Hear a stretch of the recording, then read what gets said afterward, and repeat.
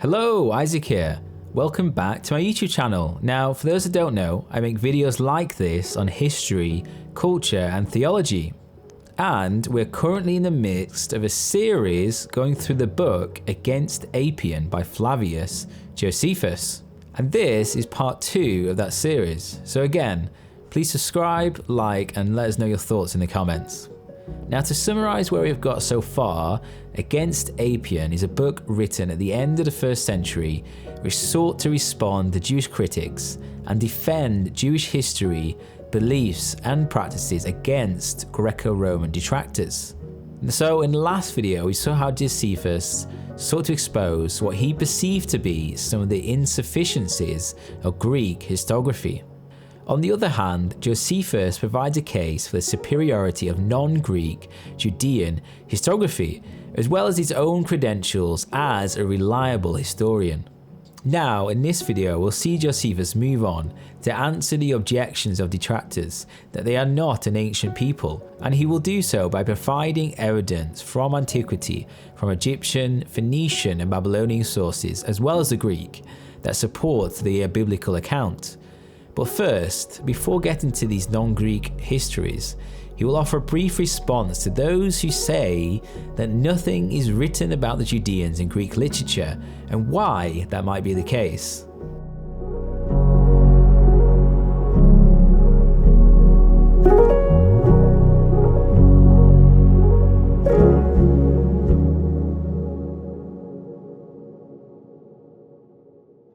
And so, in terms of why the Judeans are not mentioned in Greek literature, Josephus observes, first of all, that nothing in ancient times would have caused the Judeans to mix with the Greeks. For the country that the Judeans inhabit is built inland, far from the sea, and therefore they didn't mix with other nations, like the Greeks, via maritime trading of cargo across the ocean, nor did they partake in piracy or seek the glory of war with other nations. And these, Josephus writes, were the primary reasons why the Phoenicians, Egyptians, Medes and Persians were well known to Greek authors. As he writes, "In general, all those who settled by the sea, both to the east and to the west, were more familiar to those who wished to write something, or those who had settlements more inland, for the most part unknown. This is clearly the case even in relation to Europe, where, at least, the Roman city, although it had long since acquired such power and achieved such success in military exploits, is not mentioned by Herodotus or Thucydides, nor even by one of their contemporaries. It was only late and with difficulty that knowledge of the Romans filtered through to the Greeks." Next, Josephus says that there was for the Judeans a disinclination to mix with outsiders, due to the importance of preserving traditional piety and singularity of lifestyle, and the potential harm mixing with other nations could do to this. In fact, this is kind of a risky argument for Josephus to make, because it's one of the objections that Greco-Roman authors often levelled against Judeans, and this objection that he will eventually address in Book 2 when he gets the accusations made by Apion. Finally, Josephus turns the question around to the Greek audience, asking, suppose we were to argue, in relation to the Greeks, that their people is not ancient, and decide to use as proof the fact that nothing is said about them in our records. Would they not think that utterly laughable, adducing, I imagine, the same reasons I have discussed? And would they not produce their near neighbours as witnesses to their antiquity? And so this is exactly what Josephus does, as he moves on to the neighbours of the Judeans as proof of their antiquity.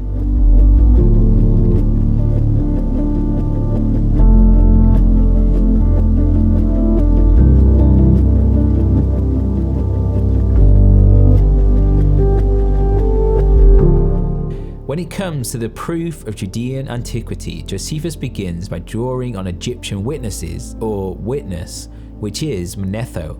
From what we can gather from the sources, Manetho is an Egyptian priest, perhaps at the temple of the sun god Ra at Heliopolis in the 3rd century BC.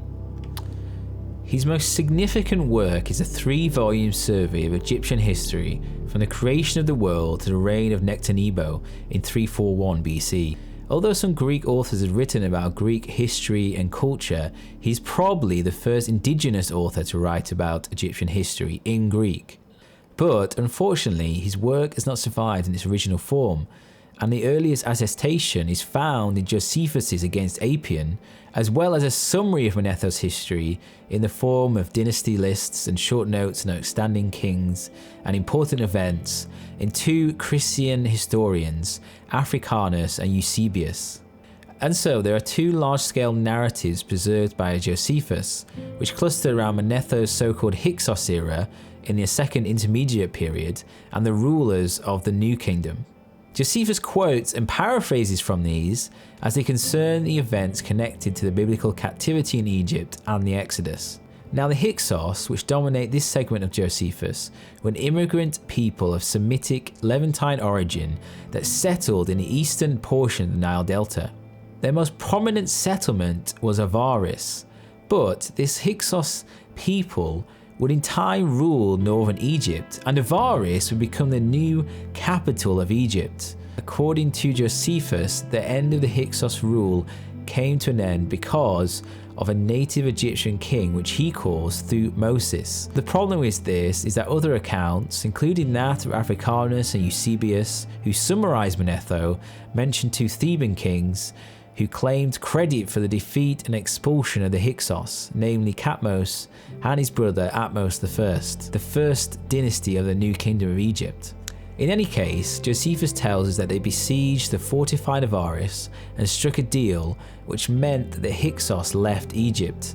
Josephus paraphrases Manetho, connecting the Hyksos with the Hebrews and telling us that they founded the city of Jerusalem after their expulsion from Egypt. As Josephus writes, Thutmosis, the son of Misthragmosis, attempted to capture them by force by means of a siege, investing the walls of Avaris with an army of 480,000 men. When he abandoned the siege, he made a treaty that they could leave Egypt and go, all of them, unharmed wherever they wished. On these terms, they left Egypt with their whole households and their possessions, numbering no less than 240,000 people, and crossed the desert into Egypt. Fearing the dominance of the Assyrians, for at that time these ruled Asia, they built in the region now called Judea a city sufficient for so many thousands of people and called it Jerusalem.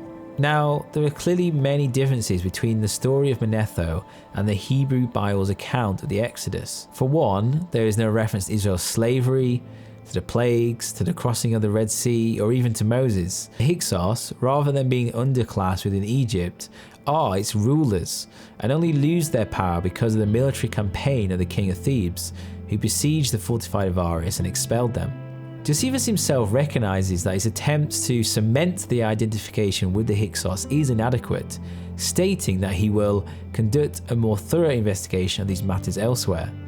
But although he does return to Manetho later in his book, offering a critique of Manetho's account of Moses himself and an exodus of ill and maimed Egyptians in a later period, he would not return to the topic of the Hyksos in any other work. But despite the differences, there are 2 points from Manetho that are important, as Josephus writes. So, on 2 extremely important points, Manetho has given testimony for us on the basis of the Egyptian writings. First, that our arrival in Egypt was from elsewhere, and secondly, that our departure from there was at such an early point in time as to precede the Trojan War by somewhere close to 1,000 years. In other words, the Hyksos, as with the Hebrews, are Semitic people that emigrated to Egypt, and departed the land of Egypt to the Levant, founding the city of Jerusalem. This is enough evidence, at least for Josephus, to prove the antiquity of the Judeans. And importantly, this exodus from Egypt predates the Trojan War, the first recorded events of the Greeks, found primarily in Homer's Iliad, and this shows the far greater antiquity of the Judeans in comparison to the Greeks. And so, Josephus will move on to his next source of evidence, the Phoenician records.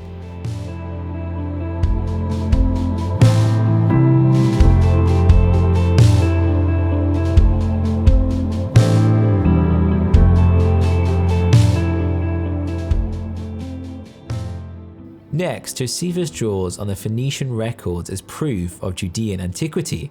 In fact, he uses two Greek authors, Dios and Menander, who compiled from native Tyrian records histories of Phoenicia in the 3rd century BC. He makes use of these as they mention King Solomon and the founding of the temple in Jerusalem, which they say happened 143 years and 8 months earlier than the Tyrians' founding of Carthage. When it comes to King Solomon, they make mention of his friendship to Hiram, king of the Tyrians. This king of Tyria contributed to the splendor of the temple in Jerusalem, donating 120 talents of gold and the finest timber from the mountain of Libanus. In return, Solomon gave him some territory in Galilee in a place called Jebulon. According to Josephus, part of this friendship was the love of wisdom, for they used to send problems or riddles to one another, which demanded a solution. Dios, in his history of the Phoenicians, mentions this, but it hardly puts Solomon in a good light, for it says that Solomon failed to solve a riddle sent to him. This is what Dios writes, as quoted by Josephus. They say that the tyrant of Jerusalem, Solomon, sent riddles to Iramos and asked to receive some from him, and whoever could not work them out paid money to the other one who solved them. Iramos agreed, and, when he was unable to solve the riddles, sent much of his money as a forfeit. Later, a certain Adamunos, a Tyrian man, solved the riddles which had been posed, and himself propounded others. Solomon did not solve these, and so paid Iramos back with a considerable sum in addition. Tyre in this story not only levels the score but gains the upper hand over Solomon, and as such the tenure of the story is hardly friendly to Solomon or Jerusalem. But for Josephus, this provided sufficient proof of the historicity of Solomon, the construction of the temple, and Solomon's love for wisdom which dominated the biblical tradition. Next, he moves on to Menander, who wrote about the events which took place during the reign of each of the kings of Phoenicia. Menander is important for Josephus because he provides a list of kings from Iramos to Pygmalion, the sister of whom built the famous city of Carthage. This enables him to calculate how many years after King Solomon that Carthage is founded, which he says adds up to 143 years and 8 months. The foundation of the city is probably around 814 BC. For Josephus, this clearly establishes the antiquity of the Judean people, for it's prior to the foundation of Carthage, and Carthage was one of the most affluent and famous cities of the ancient world. Carthage would ultimately be destroyed by the Roman Republic in the Third Punic War in 146 BC, but a new city of Carthage was built on the same land by Julius Caesar in the period from 49 to 44 BC. And by the time of Josephus in the 1st century, it would, according to the history of Herodian, rival Alexandria for 2nd place in the Roman Empire. Therefore, the importance of this dating is to show that Jerusalem predates even the great city of Carthage, founded by the Phoenicians, from whom the Greeks derived their own alphabet. This ends his section on the Phoenicians, and so he will next move on to the Babylonian sources.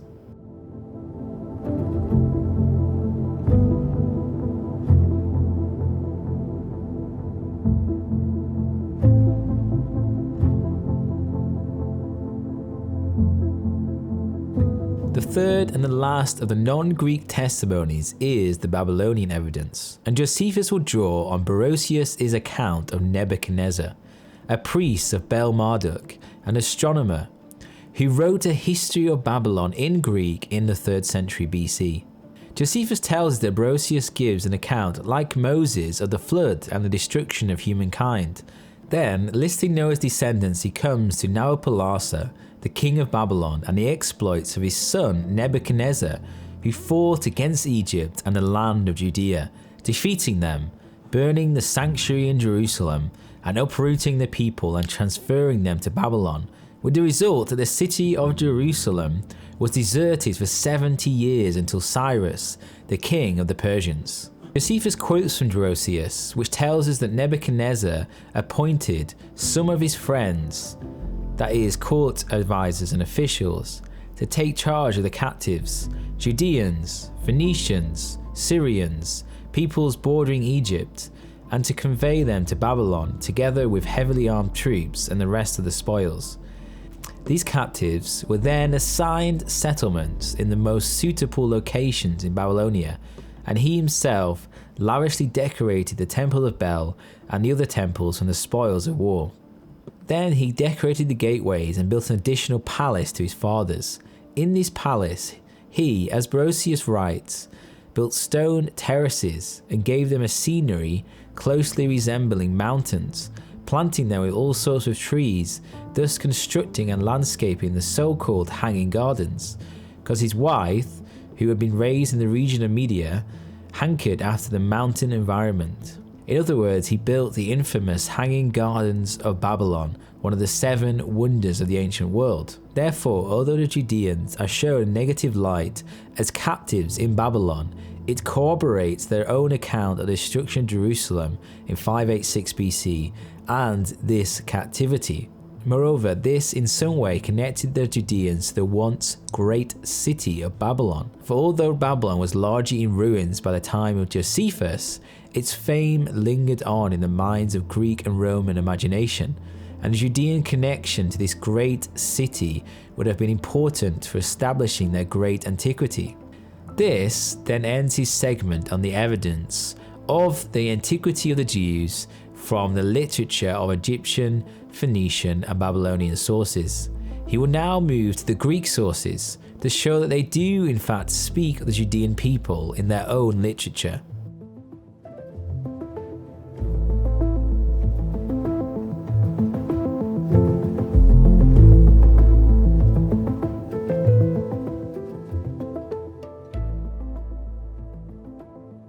The final segment is on the Greek literature, and it's actually the longest, as it refers to 7 different sources that cite the Judean people.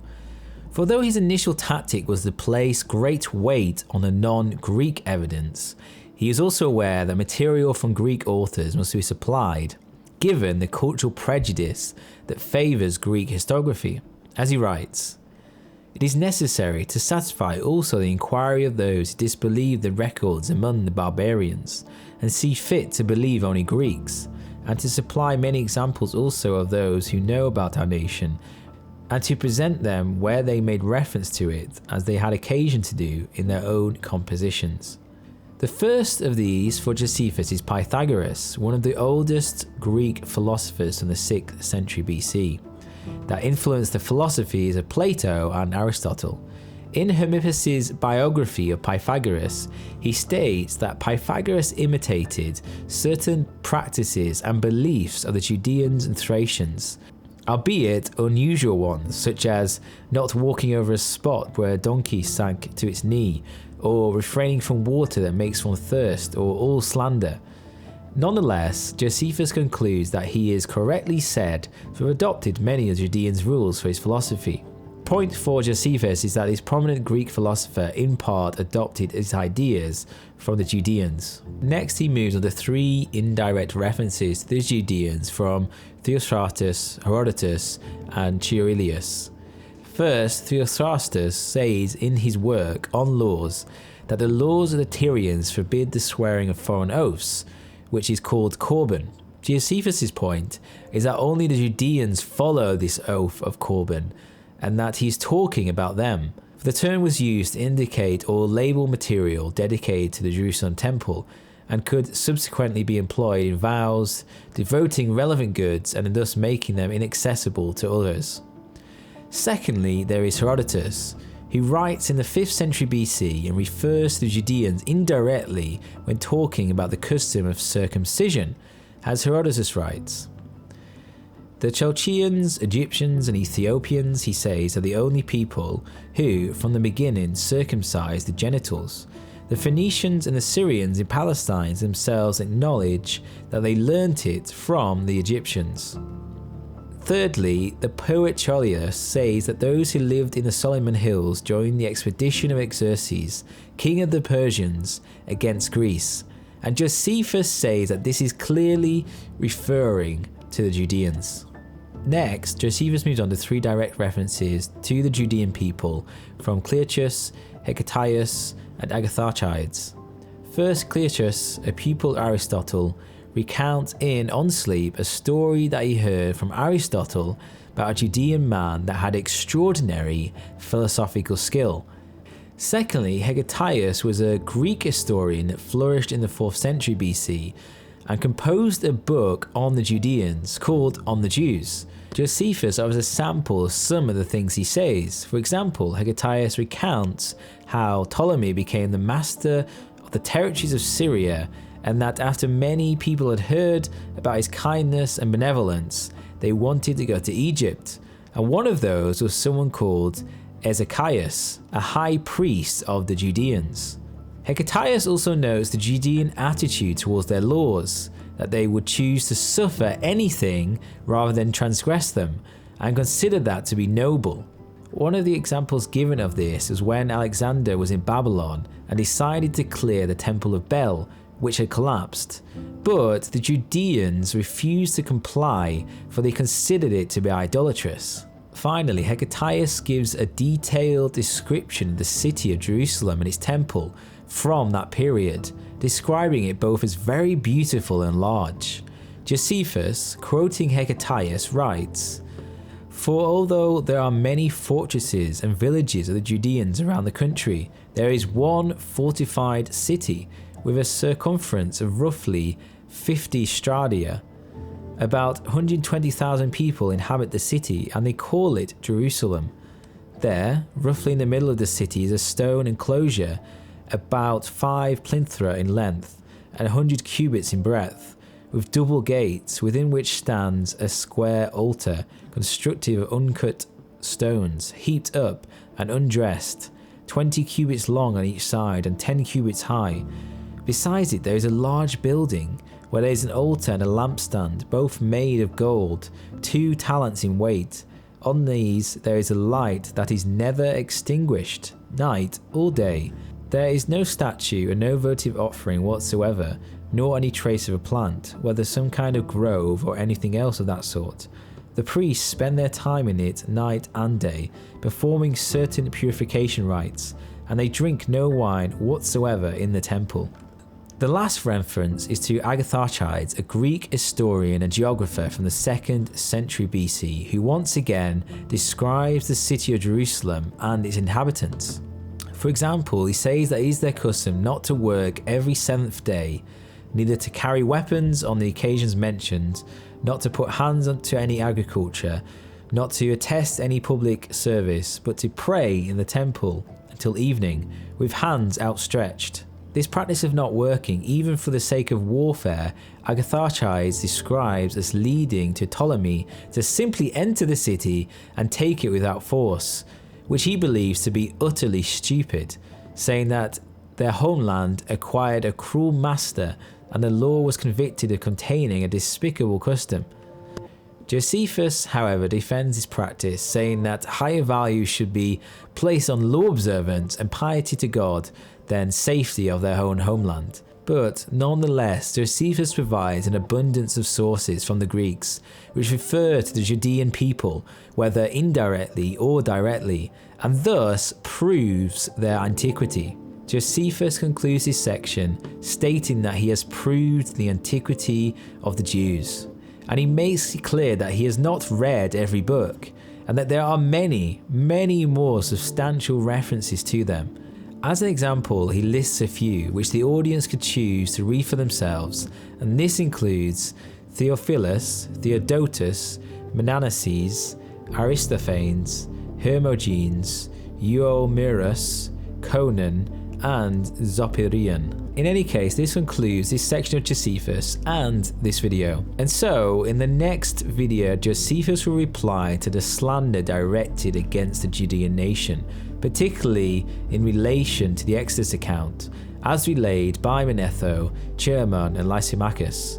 And then, in his book 2, the criticisms of Apion will be addressed, the longest and most detailed response to an individual opponent, which will cover many different topics. And so, that is it. Again, thank you for watching everyone, and I hope you found it interesting, and I'll see you next time. Bye!